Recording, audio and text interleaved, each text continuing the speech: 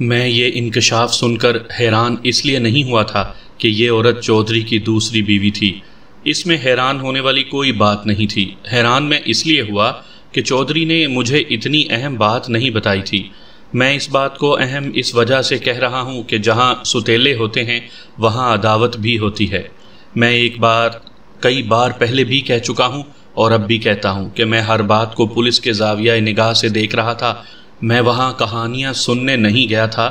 تفتیش میں ہر قدم شک کی بنا پر اٹھایا جاتا ہے۔ دوسرے لوگوں کے لیے جو بات بہت ہی معمولی ہوتی ہے وہ پولیس کے لیے بڑی ہی اہم ہو سکتی ہے۔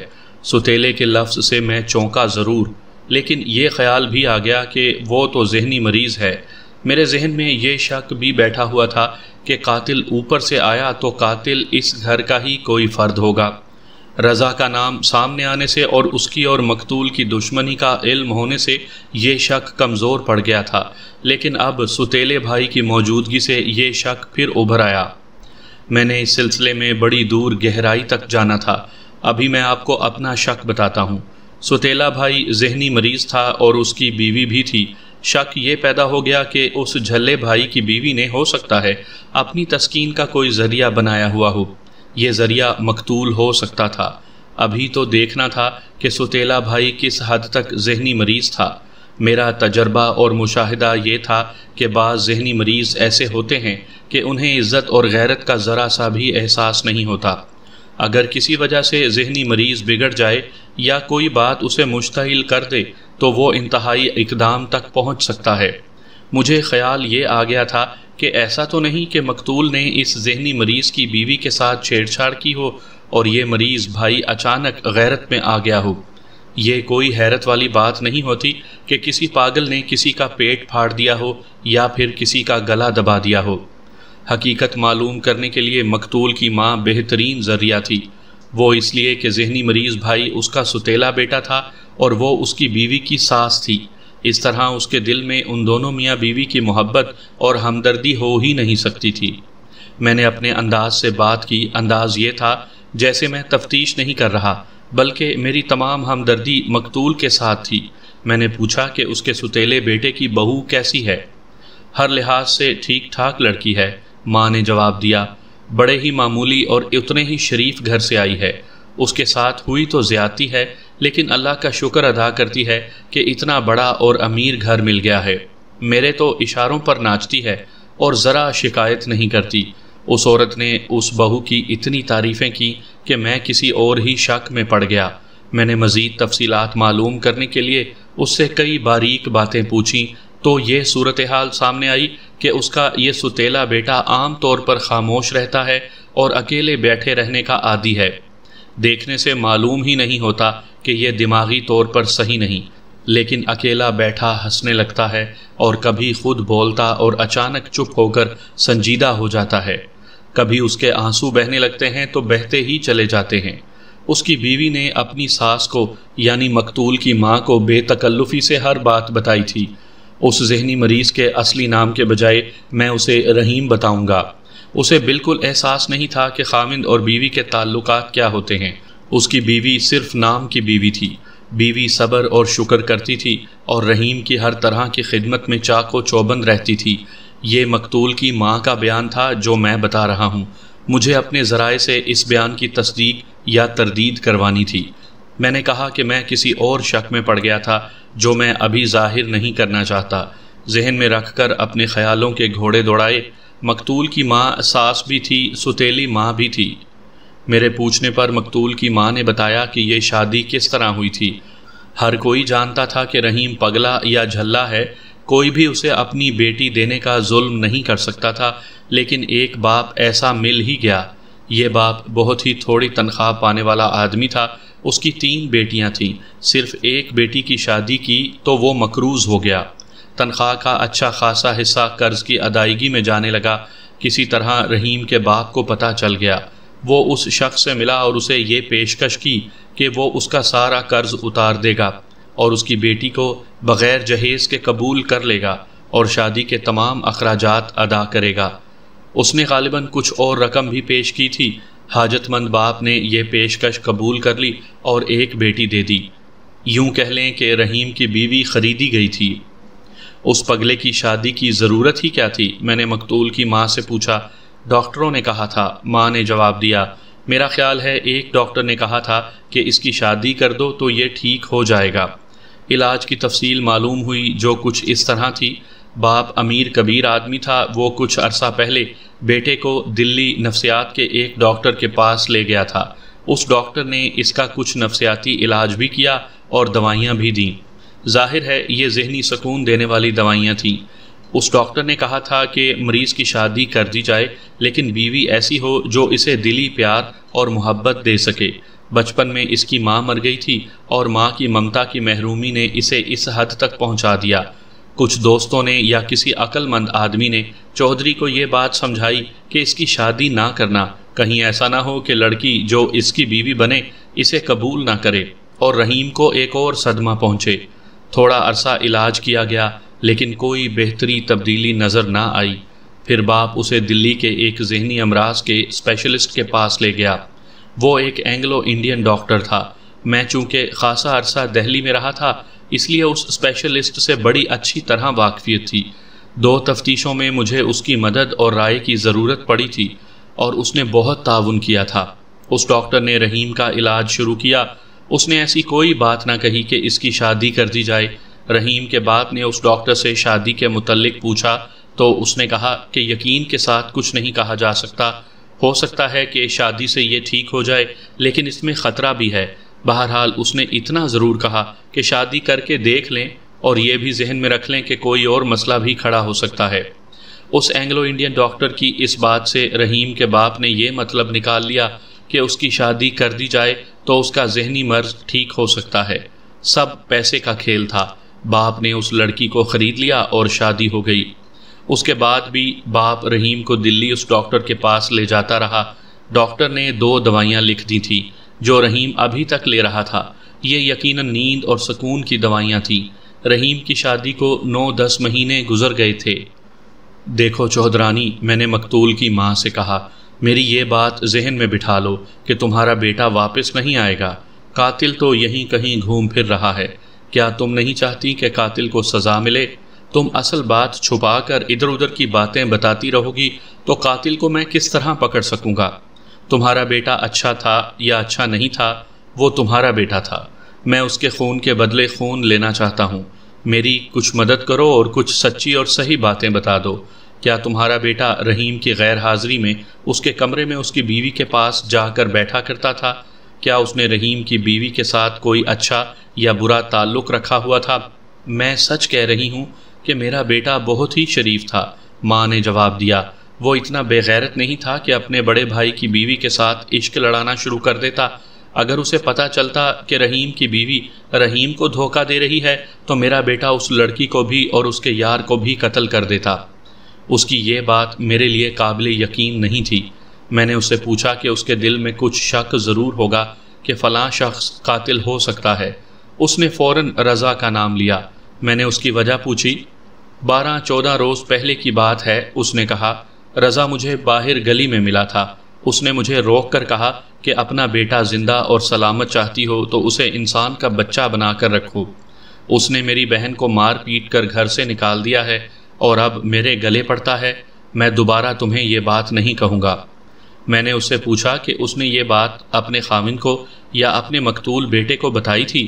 اس نے کہا کہ اس کا خاوند تو ایسا بے پرواہ اور لا تعلق آدمی ہے کہ اسے بتانا نہ بتانا ایک برابر ہے۔ گھر کے سارے معاملات اور مسئلے چودھرانی نے اپنے ہاتھ میں رکھے ہوئے تھے۔ پھر اس نے اپنے مقتول بیٹے کے متعلق بتایا کہ اسے رضا کی یہ دھمکی سنائی تھی تو بیٹا ہنس کر کہنے لگا تھا کہ میں نے کل اس کا دماغ درست کر دیا تھا اور یہ بھی کہہ دیا تھا کہ تمہاری بہن کو طلاق دے دوں گا۔ کیا ان کا باہر کہیں لڑائی جھگڑا تو نہیں ہوا تھا؟ میں نے پوچھا۔ مجھے شک ہوا تھا، ماں نے جواب دیا۔ اڑتے اڑتے سنی بھی تھی کہ ان کی آپس میں ہاتھا پائی ہوئی تھی، لیکن میں نے بیٹے سے پوچھا تو اس نے کوئی خاص بات نہیں بتائی۔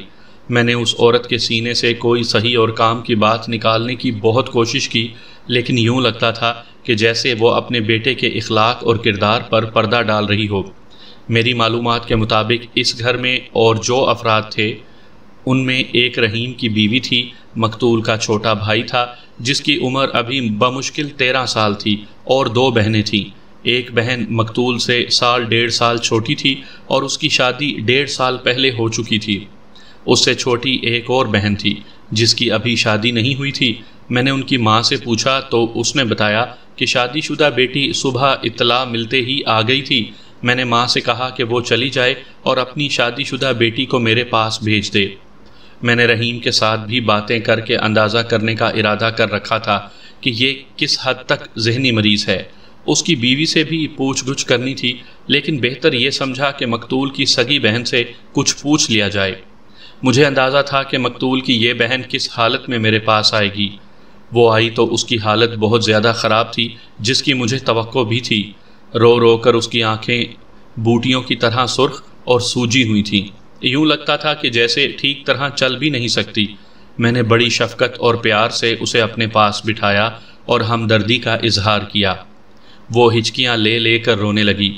میں نے کہا کہ میں اس کے بھائی کے قاتل سے اس طرح انتقام لینے کو بےتاب ہوں کہ اسے جلد سے جلد پکڑ کر پھانسی کے تختے تک پہنچاؤں، لیکن یہ اسی صورت میں ممکن ہو سکتا ہے کہ وہ مجھے اپنا شک بتائے اور میری رہنمائی کرے۔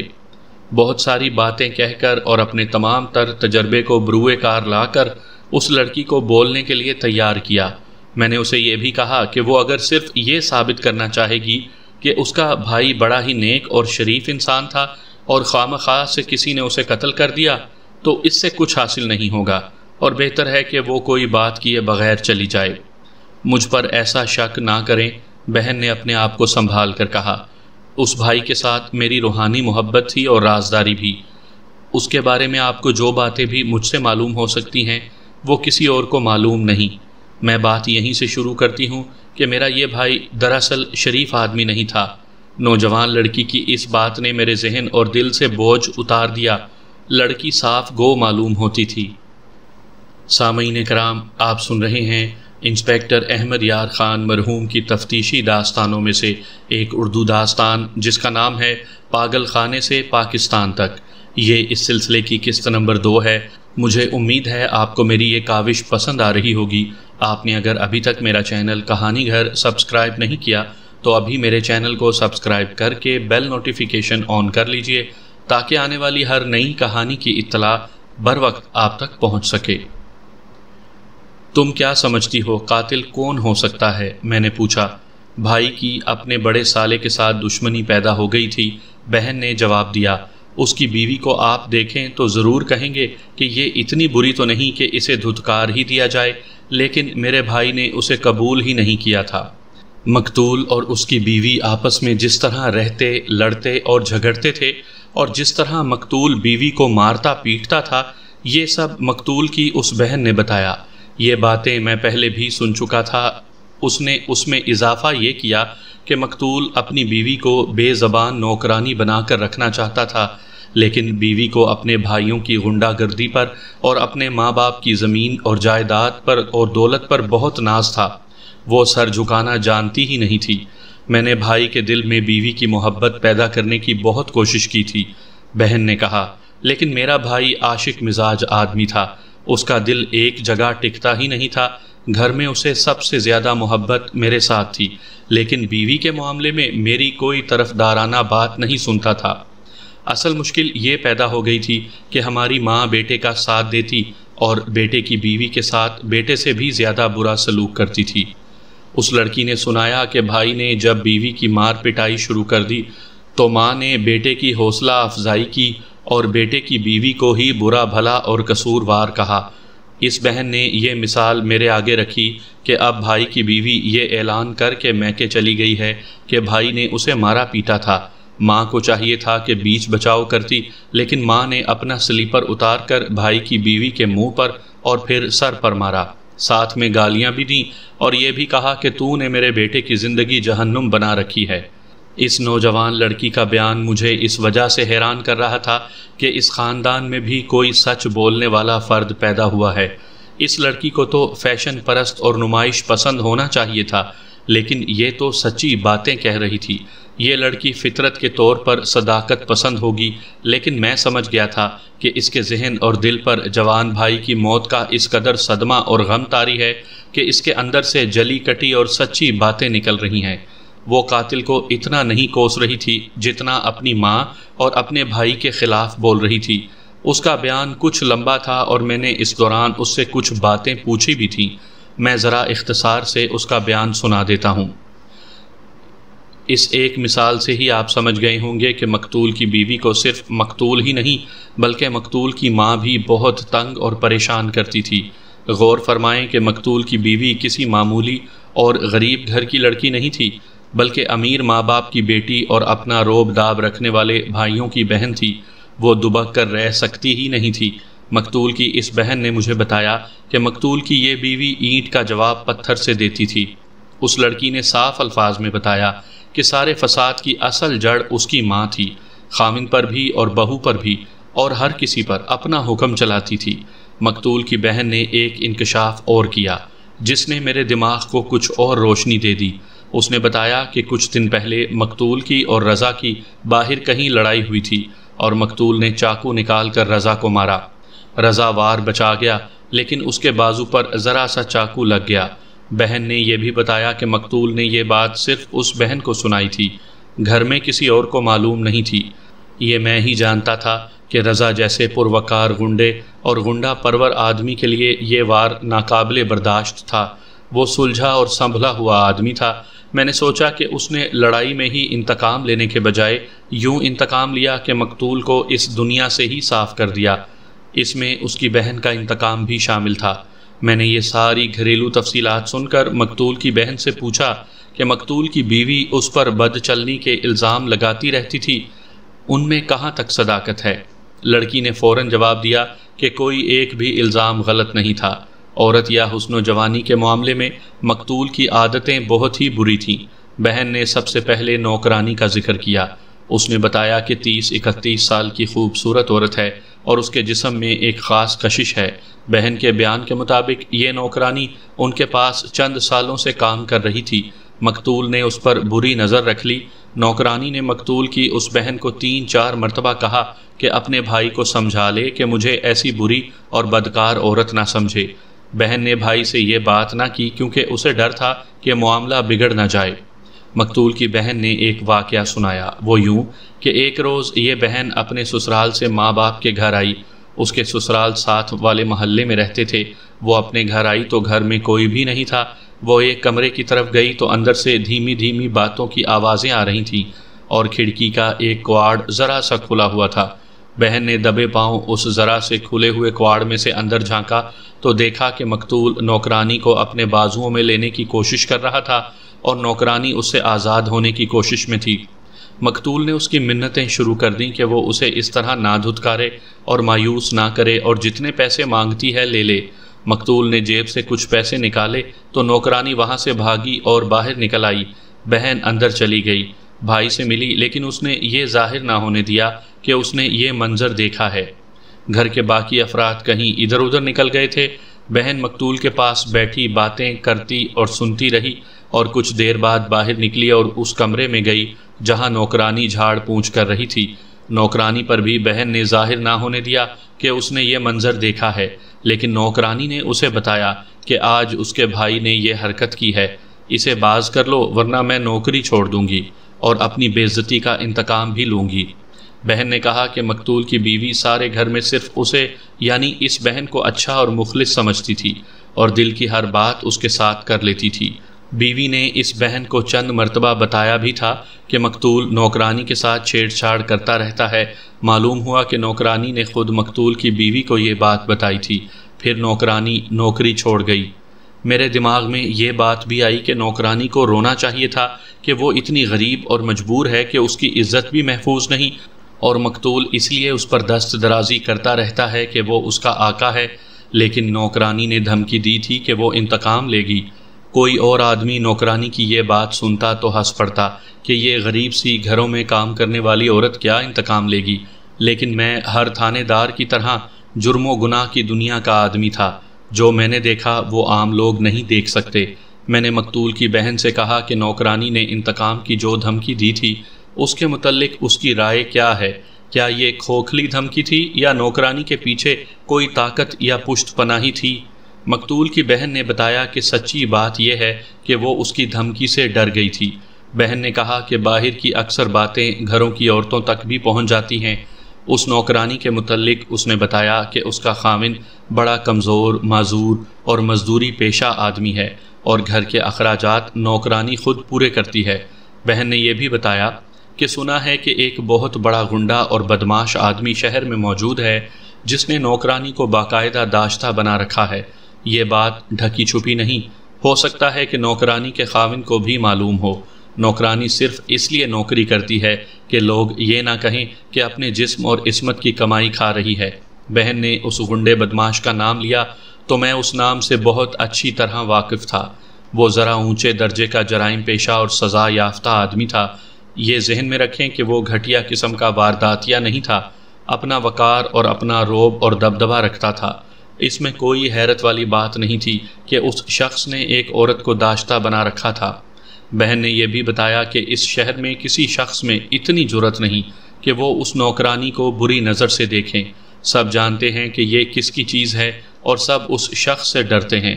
جب یہ واقعہ اور اس غنڈے جرائم پیشہ کا نام میرے کانوں میں پڑا تو یوں سمجھیں کہ ایک اور مشتبہ میرے سامنے آ گیا۔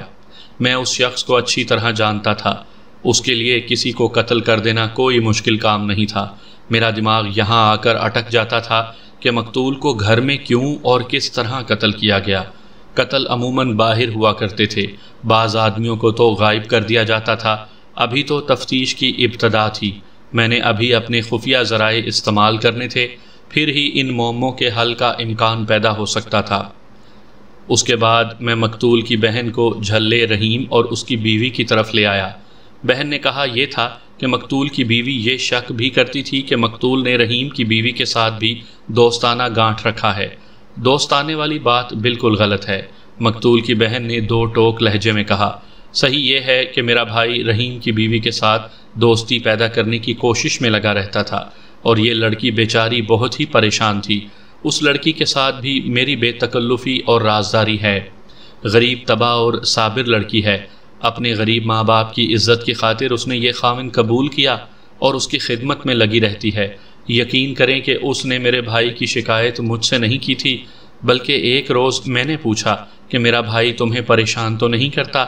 اس بیچاری کے آنسو نکل آئے، کہنے لگی کہ ہمیں ڈرتی بات نہیں کرتی تھی، ڈر یہ تھا کہ تم لوگ امیر کبیر ہو اور تمہارے سامنے میری حیثیت ہی کیا ہے، ایسا نہ ہو کہ میں کوئی جائز شکایت کروں تو مجھے دھکے دے کر گھر سے نکال دو، ایسا ہوا تو میرا باپ بیچارہ چارپائی سے لگ جائے گا۔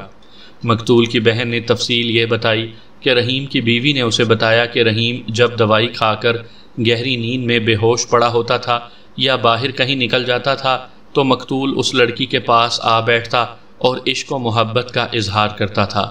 لڑکی اسے دھتکارنے کی یا اسے یہ کہنے کی جرأت نہیں کرتی تھی کہ اس کے کمرے میں نہ آیا کرے، اس کے بجائے وہ روتی اور مقتول کی منت سماجت کرتی تھی کہ وہ بدنام ہو جائے گی اور اس کے ساتھ یہ سلوک نہ کرے۔